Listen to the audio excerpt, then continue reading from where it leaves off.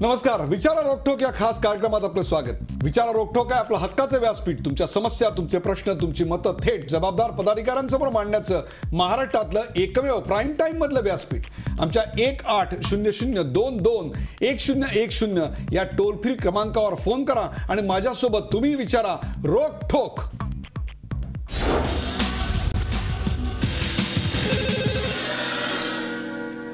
महाराष्ट्रातली भौगोलिक आणि राजकीय परिस्थिती सध्या सारखीच आहे. मान्सून तर दाखल झाला आहे, पण प्रत्यक्षात पाऊस पडताना दिसत नाहीये. आज पडेल, उद्या पडेल या आशेत राज्यातली जनता आभाळाकडे नजर लावून बसली आहे. त्याचप्रमाणे गेल्या काही दिवसापासून मुख्यमंत्री बदलणार अशी चर्चा फक्त सुरू आहे. यापूर्वी देखील अनेकदा अशा चर्चांचे ढग दाटून आले आणि न बरसताच निघूनही गेले. आता पुन्हा एकदा महाराष्ट्राचे मुख्यमंत्री बदलाचे ढग दाटून आले. मागच्या वेळेच्या तुलनेत यावेळी राजकीय वातावरण इतकं अंधारून आलंय की मुख्यमंत्री बदलणं निश्चित मानलं जात आहे. मुख्यमंत्र्यांच्या बदलल्याचा काँग्रेसला खरोखरच फायदा होईल का? निवडणुकीच्या तोंडावर असे मुख्यमंत्री बदलल्याचा फायदा होतो का? आणि विद्यमान मुख्यमंत्र्यांच्या स्वच्छ प्रतिमेचा फायदा करून घेण्याची संधी काँग्रेस गमावू पाहत आहे का? जर नवे मुख्यमंत्री आले तर 2 महिन्यात त्यांना काँग्रेसची प्रतिमा सुधारणं शक्य होईल का? या निवडणुका जिंकणं शक्य होईल का? यासारख्या असंख्य प्रश्नांचा वेध घेऊया तुमच्या सोबत. मुख्यमंत्री बदलावेत का या खास कार्यक्रमात.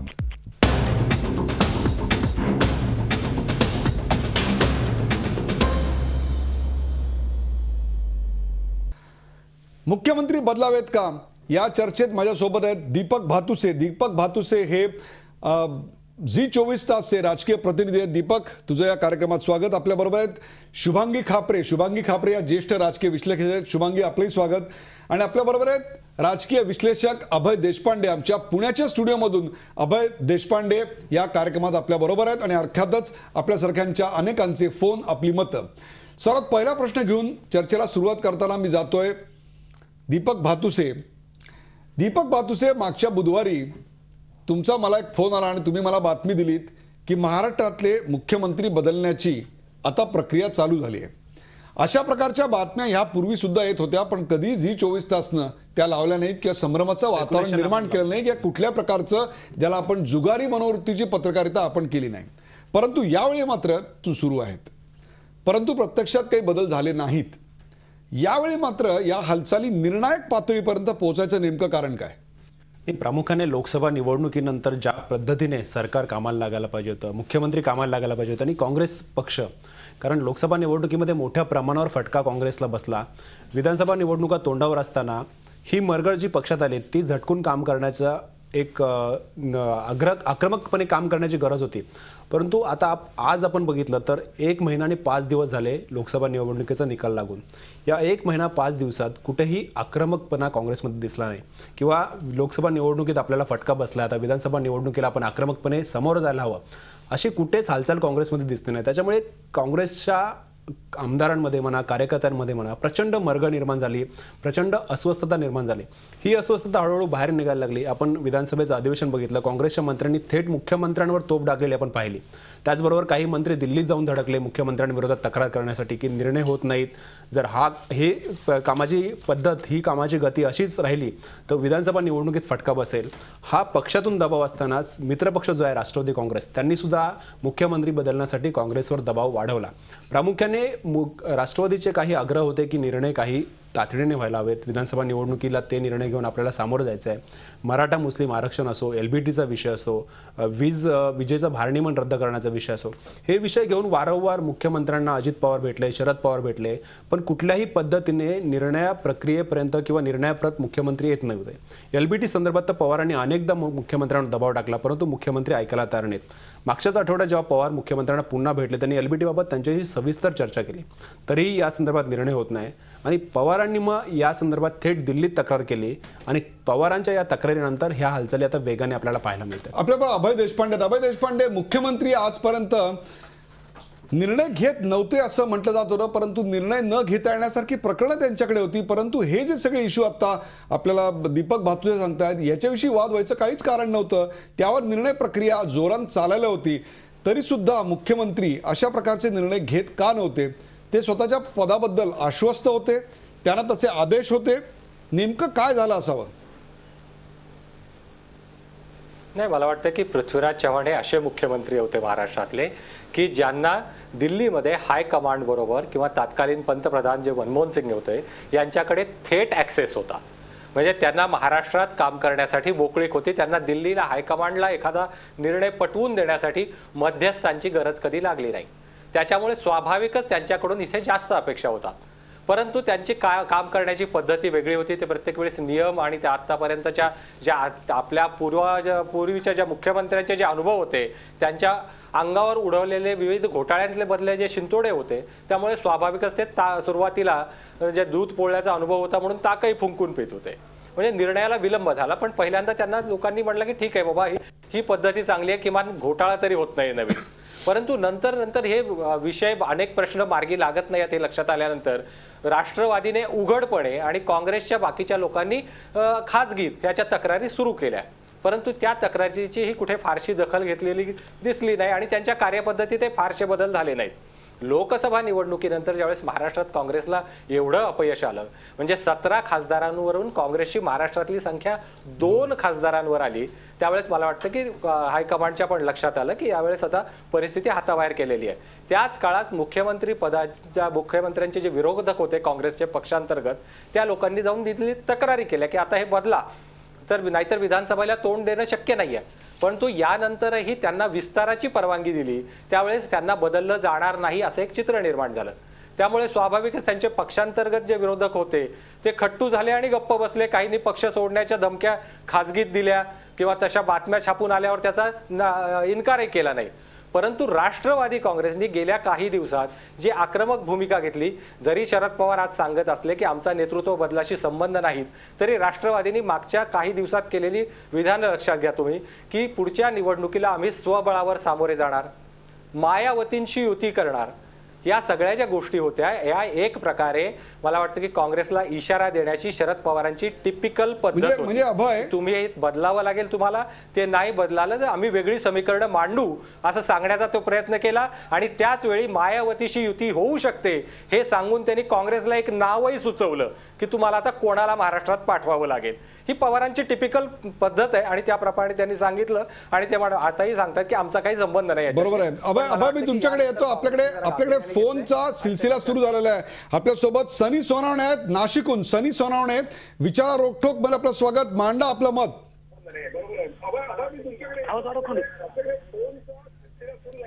सनी सोनावणे बोला.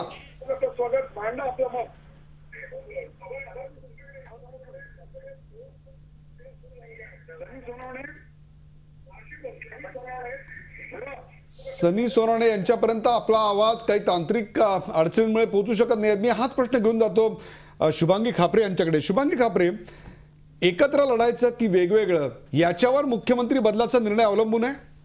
नाही, मला वाटतं की हा पवारांचा जो मुद्दा आहे केंद्रात त्यांनी जे मांडला आहे, कुठेतरी शरद पवारांना एक सेन्स आलाय की मेजॉरिटी जी काँग्रेसचे आमदार आहेत त्यांचंही हाच मत आहे. कारण शरद पवार जर सोनिया गांधीची जेव्हा भेट मागितली तेव्हा त्यांनी एक सेन्स घेतला होता इकडे की काँग्रेसमध्ये सध्या काय वातावरण आहे.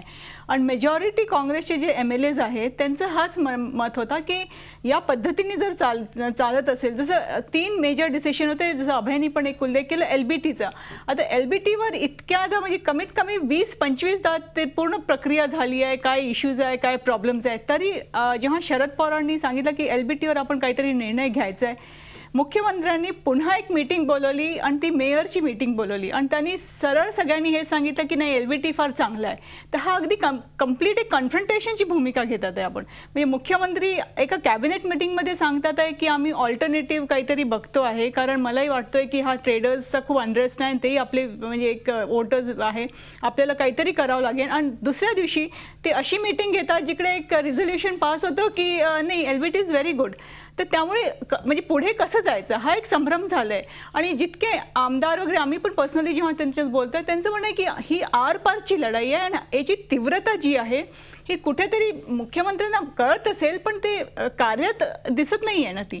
आणि मला या आरपारच्या लढाईवर विचारायचं, कुठेतरी काँग्रेसला शुभांगी एक अशी जाणीव झालेली आहे काँग्रेसच्या आमदारांना की ही निवडणूक जर हातातनं जाऊ दिली तर केंद्रासारखी सत्ता आता निश्चितच जाईल आणि त्यानंतर पुढची 1-2 निवडणुका सुद्धा आपल्याला यश मिळू शकणार नाही, या जाणीवेतून निर्माण झालेला हा सगळा संताप आणि उद्रेक आहे. बिलकुल त्यांचं तेच म्हणणं आहे आमदारांचं की मुख्यमंत्री आणि प्रदेश अध्यक्ष वगैरे सोडू, आपण एक आमदार आम्ही आपल्या कॉन्स्टिट्युएन्सीत काय फेस घेऊन जायचं.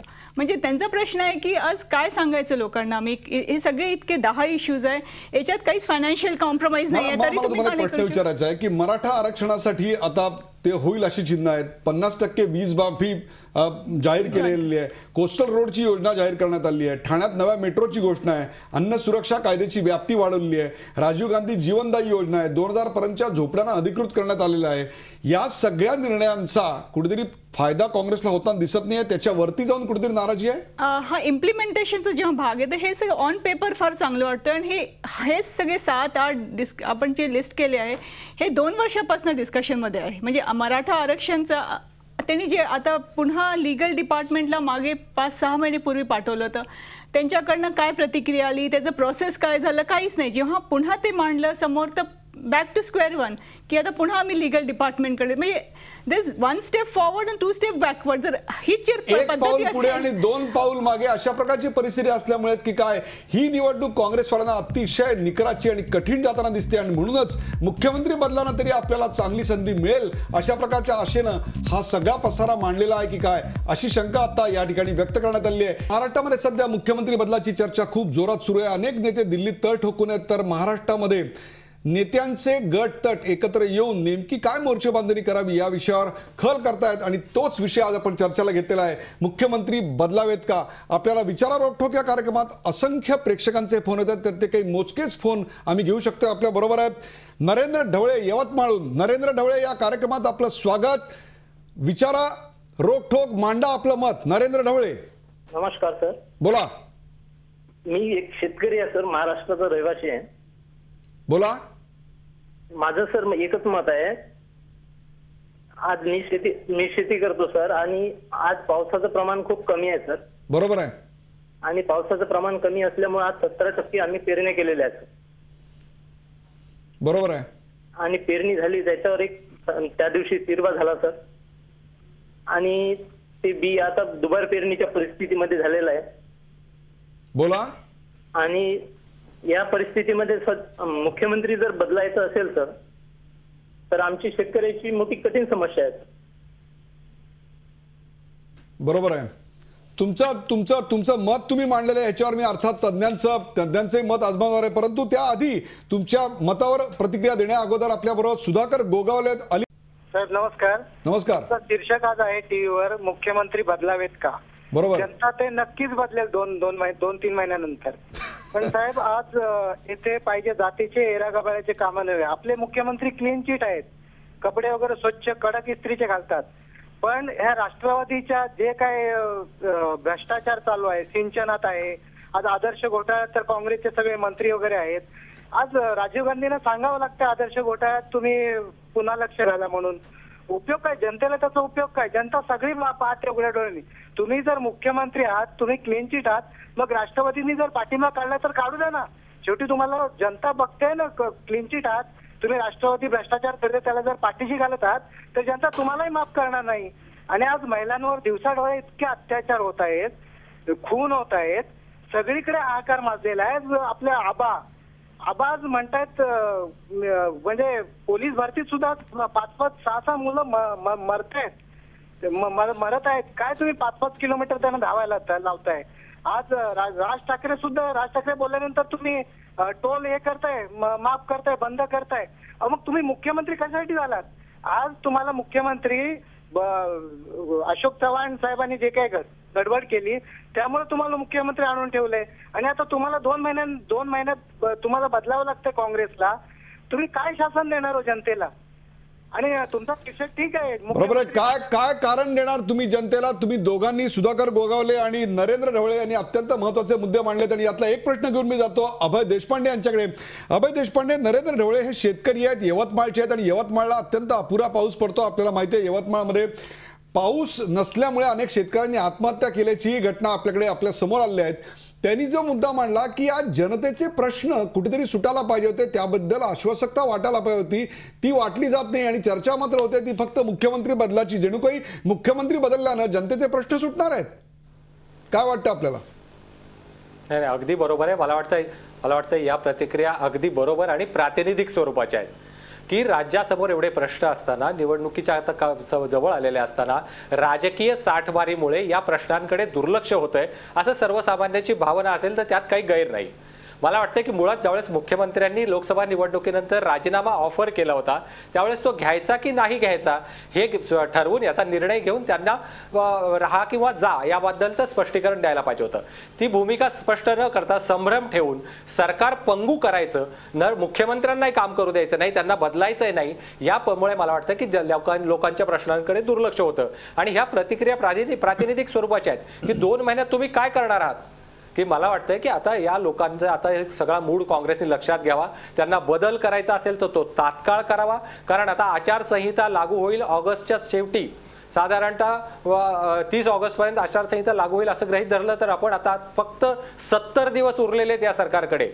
आता 15 वर्षातले 70 दिवस तरी सत्कारणी लागावेत यासाठी मला वाटतं की हा राजकीय संभ्रम आहे. अतिशय जळजळीत प्रतिक्रिया तुमची की 15 वर्षातले 70 दिवस तरी सत्कारणी लागावेत.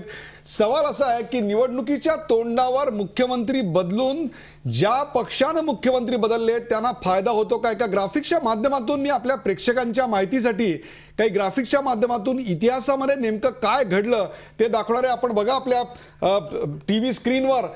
1999 मध्ये महाराष्ट्र विधानसभा निवडणुकीच्या 7-8 महिने अगोदर मनोहर जोशींच्या जागी नारायण राणे यांची मुख्यमंत्रीपदी वर्णी लागली आणि झालं काय तर शिवसेना भाजप युती सरकारचा पराभव झाला आणि काँग्रेस सरकार लागोपाठ 3 टर्म सत्तेवर आलं. हे निवडणुकीच्या आधी घडलेलं होतं. तर तिकडे साहब सिंग वर्मा दिल्लीमध्ये 2 महिने आधी सुषमा स्वराज मुख्यमंत्री आणि निकाल भाजप सरकारचा दणदणीत पराभव आणि पुढची 3 टर्म काँग्रेसच्या शीला दीक्षितांचं सरकार.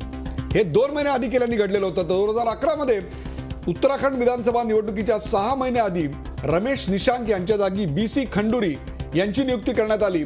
निकाल काय झाला? BC खंडुरींच्या भाजपचा दणदणीत पराभव आणि काँग्रेस सरकार सत्तेवर आलं. आपण आणखीन एक उदाहरण पाहूया. सदानंद गौडा जे आता रेल्वे मिनिस्टर आहेत, 2012 मध्ये कर्नाटक विधानसभा निवडणुकीच्या वर्षभर आधी DV सदानंद गौडा यांना जागी बदलून जगदीश शेट्टर आले. भाजप सरकारचा पराभव झाला आणि काँग्रेस सरकार सत्तेवर आलं. अर्थात कोणी त्यावेळेला सांगेल की येडियुरप्पा भाजपच्या विरोधात होते, हे कारण देऊ शकेल. परंतु एक इतिहास असा सांगतो की मुख्यमंत्री बदलल्यानं पक्षाची प्रतिमा सुधारेल आणि पक्ष सत्तेवर येईल अशी मात्र काही चिन्ह नसतात. परंतु तरी सुद्धा जर आता मुख्यमंत्री बदलाचे वारे वाहत असतील आणि ती जर एक महत्वाची काँग्रेसला गरज वाटत असेल तर शुभांगी, मुख्यमंत्री पदाचे आप्ता इतक्या म्हणजे अभय म्हणला ते अगदी खरं आहे की 15 वर्षाची टेस्ट मॅच तुम्ही हातातनं गमावली आहे आणि आता 2020चा सामना चालू आहे. यावेळी 2020 मधचा कर्णधार म्हणून म्हणजेच मुख्यमंत्री म्हणून काय निकष असावेत? नाही उदयजी, इथे 2020 पण नाहीये. मला वाटतं फक्त लास्ट ओव्हर आहे आणि त्याच्यात ते 6 पण नाही. त्यांना आता अगदी सेंचुरीज मारावं लागणार आहे. नाही, अत्यंत विकट परिस्थिती आहे. कारण 1-2 आहे. 2 म्हणजे जे कॅन्डिडेट्स ज्यांना इव्हन सिटिंग मेंबर्स जे आहेत त्यांना स्वतःचं सेल्फ कॉन्फिडन्स राहिलं नाहीये आणि आज जो लिडरशिप आहे त्याच्यातही कॉन्फिडन्स नाही राहिला आहे. तर त्यामुळे त्यांच्यापुढे आता प्रश्न असा आहे की एक तर निर्णय असे नाही की 15 वर्षात आपण खूप चांगला निर्णय केला आहे आणि जनता आपल्याला 15 वर्षाचं कार्यभारवरनं आपल्याला काहीतरी मतं देतील, तो एक फॅक्टर नाही आहे. लोकसभाची this is a question Abhay, this is a question which I am going to pose you next time की 15 वर्ष आपल्या सरकारचा कारभार व्यवस्थित नाही हे आमदारांना माहिती होतं, पण आता आमदार त्याच्यावर अंकुश त्यावेळेला ठेवण्याच्या ऐवजी मुख्यमंत्र्यांना स्केपगोट करू इच्छित आहेत की आता आपल्या पराभवाचं नेमकं कारण मुख्यमंत्र्यांच्या गळ्यात टाकायचं आणि मुख्यमंत्री बदलून जणू की आम्हाला आता तारणहार, आम्हाला कोणतरी आणा, आम्हाला एकदा निवडून आणा, आम्ही आमच्या कर्तृत्वावर निवडून येऊ शकत नाही कारण आम्ही आमच्या इथे चांगलं काम केलं नाही केलं, आमच्या सरकारच्या चांगल्या कामावर आमचा अंकुश नव्हता. अगदी थोडंसं बिटर एक्झाम्पल देते मी, पण हे अगदी असं व्हेंटिलेटरवर ठेवतोय आपण तसं. कारण इतका लॅक ऑफ कॉन्फिडन्स कॅन्डिडेट्समध्ये मी पहिल्यांदा बघितलंय काँग्रेसच्या. नाही तर त्यांचं नेहमी असतं की ठीक आहे, आमच्या कॉन्स्टिट्युन्सीज आमचे आपले वेगळे गणित असेल, सोशल इक्वेशन असेल, इंजिनिअरिंग असेल. पण यावेळेस सगळ्यांची डिफिटेस्ट एक मोडमध्ये ते सगळे गेले आहे आणि त्यांना वाटलं आर पार, जसं मी आधी म्हटलंय की एक लास्ट ट्राय आपण करायला पाहिजे की एक कुठला तरी एक लिडरशिप चेंज करायचा आणि मग तो आपल्याला सगळा फ्री हँड देईन.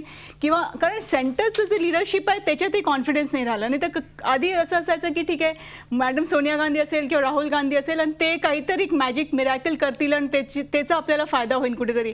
पण तोही कॉन्फिडन्स गेला आहे. त्यामुळे now they are just seeing सेंटरमध्ये हायकमांडवर त्यांचं कॉन्फिडन्स नाही आहे, इकडे आपल्या जो नेतृत्व आहे त्याच्यावर कॉन्फिडन्स नाही आहे, आपल्या कॉन्स्टिट्युन्सीमध्ये सोशल इंजिनिअरिंग जे करायला होतं 10-15 वर्षात जे निर्णय घ्यायला पाहिजे तर कुठेतरी तिकडे तरुणांची कनेक्ट सुटलेला आहे, तरुणांचं कनेक्ट त्यांचं सुटलंय आणि समहाव एक कन्फ्युजन आहे की कसं पुढे जायचं आणि द वे अहेड. म्हणजे एक क्रॉसरोड्स मध्ये स्वतःला प्रत्येक आमदार स्वतःला तसं बघतोय आणि प्रत्येक आमदार स्वतःला क्रॉसरोड मध्ये बघतोय.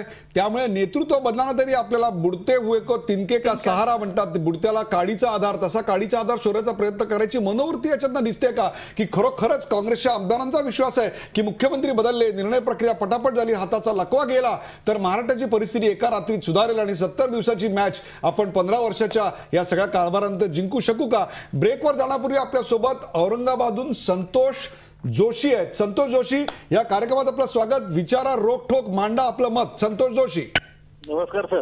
बोला सर, मला काय म्हणायचं, मागच्या 6 महिन्यापासून पृथ्वीराज चव्हाण हे महाराष्ट्रात आलेले आहे, शंकरराव तुमचे चव्हाणांच्या जागी, अशोक चव्हाणांच्या जागी. हा, तेव्हापासून महाराष्ट्राला मुख्यमंत्री का, हा मला एक पडलेला प्रश्न आहे. बरोबर आहे. इतकी जळजळीत प्रतिक्रिया आलेली आहे की कारभार लोकांना जाणवत नसला की महाराष्ट्राचा मुख्यमंत्री नेमका काय होता, अशा स्वरूपाची प्रतिक्रिया आपल्याकडे येते. हे जरी एक टोकाची प्रतिक्रिया म्हटली तरी सुद्धा त्यातलं प्रातिनिधिक स्वरूप असं आहे की लोकांना आज गव्हर्नन्स हवाय, लोकांना केवळ नेतृत्व बदलानं प्रश्न सुटेल असं वाटत नाहीये. सध्या आपल्या बरोबर आहेत विजय पाटील औरंगाबादून आहेत. विजय पाटील, या कार्यक्रमात आपलं स्वागत. विचारा, रोखठोक मांडा आपलं मत. विजय पाटील. हॅलो. हा, बोला. हा, माझं असं मत आहे हा की मुख्यमंत्री बदलण्याची कायद्यामध्ये किंवा घटनेमध्ये जी प्रक्रिया आहे तर त्यासाठी सभागृहातील आमदारांचं बहुमत हे विचारात घ्यावं लागतं आणि लोकांच्या या मताचा मुख्यमंत्री बदलण्याच्या प्रक्रियेमध्ये कोणताही कायदेशीर अधिकार किंवा हक्क नाहीये किंवा तशी काही तरतूद नाहीये. बरोबर आहे. त्यामुळे असं लोकांच्या मत विचारणं हे कितपत कायदेशीर आहे किंवा याचा मुख्यमंत्री बदलण्याच्या प्रक्रियेवर कितपत परिणाम होऊ शकतो हे थोडं जरा म्हणजे आपण मान्यवरांचे मत याच्यावर घेऊया. आपल्यासोबत आणखीन मराठवाड्यातून, बीडहून आपल्या बरोबर आहेत भास्कर खेडकर. सर, बोला. मुख्यमंत्री बदलण्यापेक्षा आपल्या पक्षाने जर हे जे तुम्ही मुख्यमंत्री सुचवले शिंदे, विखे, यांच्याकडून जर तुम्ही यांच्याकडून कामं करून घेतली, यांच्या विचारसरणीने. बरोबर आहे. त्यांचं मत आहे की जे पर्याय उपलब्ध आहेत त्या पर्यायांची विश्वासार्हता, अशा स्वरूपात त्यांचा एक प्रश्न होता. परंतु अभय देशपांडे, तुम्हाला 2 प्रश्न आहेत. त्यातला एक छोटासा पहिला प्रश्न असा आहे की जो आता आपल्याकडे विजय पाटील यांनी विचारला की या सगळ्या निर्णय प्रक्रियेमध्ये महाराष्ट्राचा मुख्यमंत्री बदलला जात असताना त्यात प्रत्यक्ष लोकांच्या भावनेचा, लोकांच्या इच्छेचा सहभाग कुठे आहे? त्यांचे रिप्रेझेंटेटिव्ह बोलतायत, त्यांच्यावर करायची राजकीय प्रभाव देखील असू शकतो. हे लोकांची जी इच्छा तर सोडा, आमदारांच्या सुद्धा इच्छेने कितपत घडतं नेतृत्व बदल याच्याबद्दल शंका आहे. कारण आमदारांमध्ये काँग्रेसची प्रक्रिया जर बघितली आपण मुख्यमंत्री नियुक्तीची, तर ती साधारणतः पक्षाच्या हायकमांडला सर्वाधिकार देण्याचा एक ओळीचा ठराव करून पक्ष नेतृत्वावर निर्णय सोपवणे. म्हणजे आमदारांचे पाठबळ, मला वाटत नाही कधी की त्यांना किती आमदारांचा पाठिंबा आहे आणि त्यांना किती आमदारांचा आहे याच्यावर मुख्यमंत्री ठरतो, तो दिल्लीच्या सोयीने ठरतो. पृथ्वीराज चव्हाण यांच्या बाबतीत सांगायचं झालं तर त्यांनी त्यांचा पूर्ण पिंडर दिल्लीच्या राजकारणात घडलेला होता, जिथल्या राजकारणात, दरबारी राजकारणात मला वाटतं म्हणजे की चिमूटभर रंग लावून होळी खेळतात अशा राजकारणात पिंड घडलेला माणूस एकदम महाराष्ट्रातल्या धुळवडीत टिकेल का अशी शंका होती, तरी त्यांनी आपल्या परीने काम केलं. राष्ट्रवादीचं काँग्रेसवरचं जे वर्चस्व होतं, सरकारवरचं वर्चस्व होतं, ते कमी करण्याचा प्रयत्न केला, परंतु त्याच काळात काँग्रेसची शक्ती वाढेल अशा दृष्टीने त्यांच्याकडून किंवा त्या पक्षाकडून प्रयत्न झाले नाहीत. त्याचा फटका लोकसभेत बसला. आता राहिले 2 महिने. 2 महिन्यात येणारा माणूस काय करेल? आता 240हून अधिक विधानसभा मतदारसंघामध्ये विरोधकांना आघाडी मिळाली आहे आणि ती आघाडी थोडकी नाही तर 50-60 हजाराची आघाडी आहे. तर अशा परिस्थितीमध्ये 2 महिन्यात बदलता येणार नाही, तरी पण काही सामाजिक समीकरण तयार करून त्यातून काही राजकीय लाभ उठवता येतो का असा प्रयत्न मला वाटतं की याच्यातून सुरू आहे. तुम्ही जे निकष मांडताय त्याच्या व्यतिरिक्त शुभांगी आणि हा प्रश्न दीपक तुम्हाला दोघांना आहे की आपल्याकडे अंतुले साहेब जेव्हा गेले त्यावेळेला सिमेंट घोटाळ्याचं नाव आलं, अशोक चव्हाण गेले त्यावेळेला आदर्श प्रकरण होतं, विलासराव देशमुख बदलले गेले त्यावेळेला 26/11चं प्रकरण होतं, सुधाकरराव नाईक गेले त्यावेळेला 93ची दंगल त्याच्या मागे होती. समजा जर या सोमवारी एके अंतनी इकडे आले आणि काँग्रेसच्या परंपरेप्रमाणे निरीक्षकांसमोर आमदारांना एकटे भेटले, गटागटानं भेटले, त्यांनी रिपोर्ट सादर केला आणि सोनियाजी दिल्लीहून परत आल्यानंतर नेतृत्व बदलाचा निर्णय झाला, तर नेमकं कारण काय देणार? आता 26/11 पण नाही, 93ची दंगल पण नाही, आदर्शही नाही आणि सिमेंटचा घोटाळाही नाही. One of the cleanest chief ministers आणि तुम्ही त्यांना काढताय. काय संदेश दिलाय? मला वाटतं प्रामुख्याने हे असेल की पॉलिसी पॅरालिसिस हा कुठेतरी टॅग त्यांच्यावर ते लावतील. आणि दुसरं, लोकसभा डिफीट नंतर त्यांचं जे एक्सपेक्टेशन होतं की काहीतरी एक फॉर्म्युला सीएम कडनं पुढे येतील, कारण इतका डिमॉरलाइज हायकमांड पण झाला आहे दिल्लीचा. राहुल गांधीचं नेतृत्व आपण जे बघितलं की इव्हन द लोकसभामध्ये त्यांनी लिडरशिप घेतली नाही, त्यामुळे हा एक प्रेशर टॅक्टिकला बळी पडले. कोलिशन कंपल्शन्स म्हणून ते म्हणू शकतात, एक की आमचं कोलिशन कंपल्शन्स आहे. पुन्हा दुसरं जर अभय बोलले की सोशल इंजिनिअरिंग, जर त्यांच्या मनात सुशील कुमार शिंदे असेल तर हा एक लास्ट एफर्ट होऊ शकतो की एक दलित वर्ग जो आहे, एक युथ दलित वर्ग, जनरेशन नेक्स्ट दलित वर्ग आहे, तो सगळा थोडा प्रमाणात यांच्याकडनं शिफ्ट झाला होता लोकसभेत. म्हणजे despite all Narendra Modi factor वगैरे वगैरे, पण हिंटरलँड्समध्ये, रुरल एरियाजमध्ये हा दलित काही प्रमाणात शिफ्ट झालं होतं बरेच जागेत. आणि आय थिंक ऑलमोस्ट 18 to 20 कॉन्स्टिट्युन्सीमध्ये त्याचं एक मोठ्या प्रमाणात जाणीव झाली.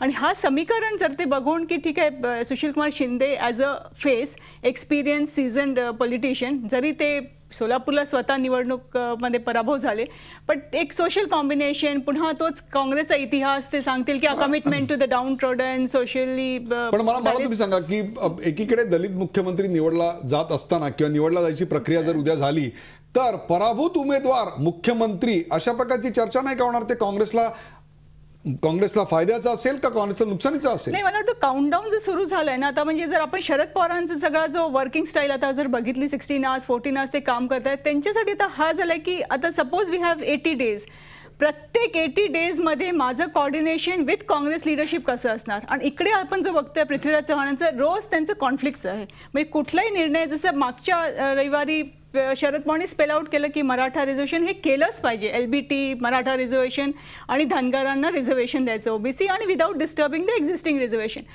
10 दिवस झाले, 15 दिवस झाले, त्याच्यावरनं काय निर्णय आला? काहीच निर्णय नाही आला. एक एफर्ट की काहीतरी आपण जॉईंट निगोसिएशन करतोय ते पण दिसत नाहीये.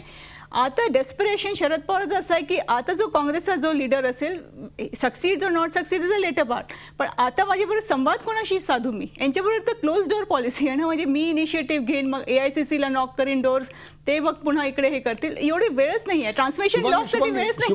तुम्ही मला सांगा की उद्या जर मुख्यमंत्री बदलला तर त्याला अशा प्रकारचा फ्री हँड काँग्रेसमध्ये मिळाल्याचा इतिहास सांगतो का? अभय, काय सांगाल तुम्ही?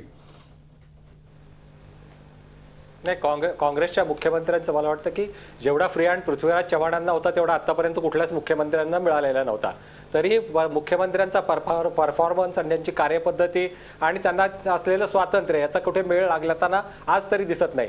आता अशा परिस्थितीमध्ये काँग्रेस सोशल इंजिनिअरिंगला महत्त्व देतं की आता 2 महिन्यानंतर ज्या निवडणुकीत ऑफेन्सिव्ह मूड ज्याला म्हणतो आपण, त्या ऑफेन्सिव्ह स्ट्रॅटेजीपर्यंत ते जातात का? म्हणजे आज आपण ते 2 महिन्यानंतरचा विरोधी पक्ष नेता निवडणार असतील आत्ताच की ही गाजराची पुंगी आहे, आपण वाजली तर वाजली ठीक आहे, नाही तर 2 महिन्यानंतर आपल्याला एक सक्षम प्रभावी विरोधी पक्षनेता महाराष्ट्रात पाहिजे. हा मूड आहे आज की अजूनही एक प्रयोग करायचा आहे. याच्यावर मला वाटतं उत्तराधिकाऱ्यांचं नाव ठरेल आणि उत्तराधिकाऱ्यांचं नाव ठरलं की बदलाचा निर्णय होईल. अशा पद्धतीने काँग्रेसचं राजकारण चालतं. आणि आज राष्ट्रवादींनी वाढवलेला दबाव बघता आज त्यांच्या पुढे मला वाटतं की दुसरं नाव जे आपण नारायण राणे येऊ शकतात या स्पष्टच बोलायचं तर ते राष्ट्रवादीला मान्य होईल की नाही हाही भाग महत्त्वाचा असल्यामुळे सुशीलकुमार शिंदे 2004च्या निवडणुकीच्या वेळेस होते त्याचप्रमाणे त्यांना आत्ताही त्याच पद्धतीने उतरवण्याचा प्रयत्न चालू आहे. पण आता मला वाटतं की त्यावेळेसच्या तुलनेत खूप कमी वेळ राहिलेला आहे आणि या परिस्थिती खूप बदललेली आहे. चित्र परिस्थिती खूप बदललेली आहे. अभय, आपल्याकडे एक फोन येतोय. सचिन खरात पुणे.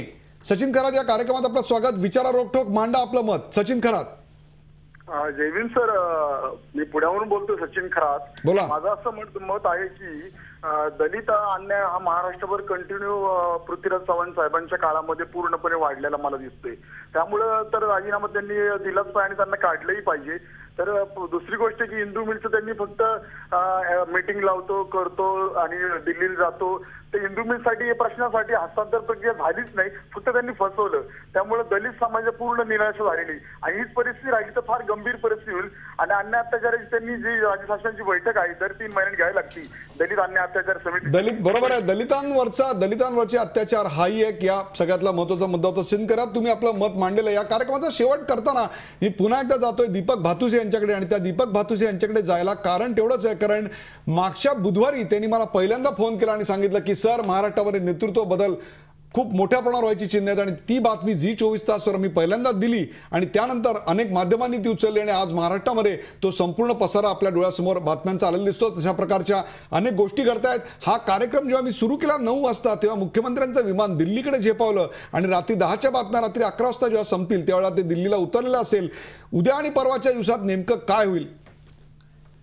प्रामुख्याने नेतृत्व बदलासंदर्भात दिल्लीने जो निर्णय घेतलेला आहे त्याच्यात आता पुढच्या ज्या स्टेप्स आहेत त्या स्टेप्स आपल्याला घडताना दिसत आहेत. आत्ता जी काही माहिती आपल्याला मिळते त्यानुसार उद्या नारायण राणे दिल्लीत जात आहेत. ते कदाचित तिथे आता दिल्लीमध्ये सोनिया गांधी नाही आहेत, राहुल गांधी नाही आहेत. त्याच्यामुळे जे अँथोनी यांच्याकडे सगळा आता काँग्रेसचा जो प्रभार आहे त्यांची भेट घेण्याची शक्यता आहे. दुसरीकडे मुख्यमंत्र्यांकडनं फीडबॅक घेतला जाईल अँथोनी यांच्याकडनं, कारण अँथोनीकडे आता पूर्ण जबाबदारी दिली महाराष्ट्राची की याच्या पुढचे बदल जे असतील ते कशा प्रकारे करायचे. आणि त्याच्यानंतर कदाचित अँथोनी रविवार किंवा सोमवारी मुंबईत येण्याची शक्यता आहे. आणि नेतृत्व बदलाचा जर निर्णय अंतिम झाला, जर मुख्यमंत्र्यांची चर्चा करून त्यांनी जर ठरवलं की सुशीलकुमार शिंदे तयार झाले तर कदाचित विधिमंडळ पक्षाची जी बैठक आहे पुढची तशा प्रकारचे निर्णय होऊ शकतात. एक कार्यक्रमाची वेळ संपत. एक छोटासा प्रश्न आहे दीपक भातुसे, नव्या मुख्यमंत्र्याची निवड जर करायची झाली तर विद्यमान मुख्यमंत्र्याचं मत किती महत्वाचं असतं आणि काँग्रेसमध्ये किती ग्राह्य धरलं जातं? काँग्रेसमध्ये फक्त काँग्रेस श्रेष्ठींचं मत महत्वाचं असतं. काँग्रेसमध्ये फक्त काँग्रेस श्रेष्ठींचं मत असतं आणि काँग्रेस श्रेष्ठींच्या मनात नेमकं काय आहे ते अजूनपर्यंत उघड झालं नसलं तरी सध्या मात्र आभाळाकडे पाहिलं तर मेघांची दाटी मात्र जोरजोरात झाली आहे. ढगांची गर्जना जोरात होते, विजांचा लखलखाट होतोय, परंतु बदलाचा पाऊस मात्र अजून काही पडताना दिसत नाहीये.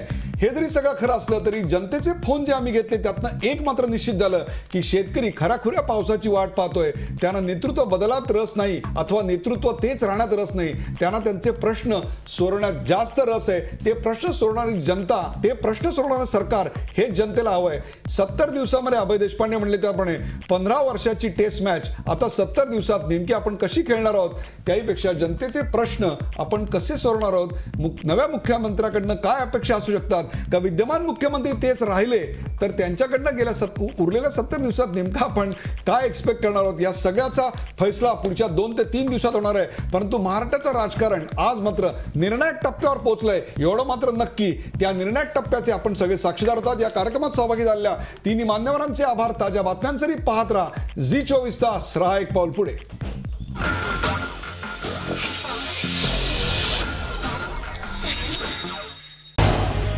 झी 24 तास रहा एक पाऊल पुढे.